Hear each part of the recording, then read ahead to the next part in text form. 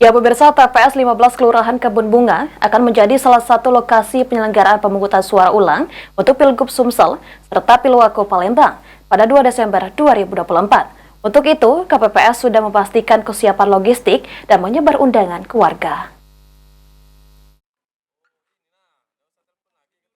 PPK Sukarami akan menggelar PSU di TPS 15 Kelurahan Kebun Bunga untuk pemilihan gubernur dan wali kota pada tanggal 2 Desember. Ketua PPK Sukarami, Adi Fajriansyah, menjelaskan, PPK telah menyebar undangan pemberitahuan untuk melakukan PSU di TPS 15 Kelurahan Kebun Bunga. Untuk itu, PPK Sukarami telah meninjau TPS yang akan melaksanakan PSU. Kotak suara, bilik suara, serta perlengkapan yang diperlukan untuk PSU telah dipersiapkan. Mekanisme PSU sama seperti pemilihan pada umumnya, dimulai dari pukul 7 pagi hingga pukul 1 siang.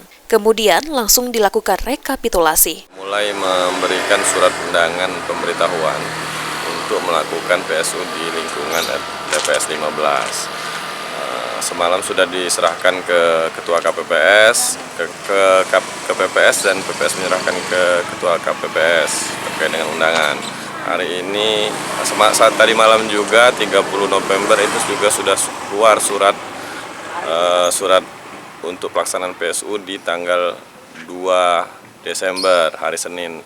Makanya hari ini kita sudah meninjau lokasi untuk persiapan pemungutan suara esok. Sementara itu, Ketua KPPS TPS 15 Kelurahan Kebun Bunga, Hasrul, mengatakan undangan telah tersebar sekitar 30% ke seluruh warga. Mengenai logistik masih menunggu arahan dari PPS, penyebab dilakukannya PSU di TPS 15 Kelurahan Kebun Bunga ini akibat adanya warga yang mewakili keluarganya untuk mencoblos. Untuk mencegah hal serupa terjadi, dirinya mengingatkan setiap anggota untuk teliti pada saat melakukan pengecekan KTP dan undangan setiap warga yang datang ke TPS. Sudah berjalan 30%.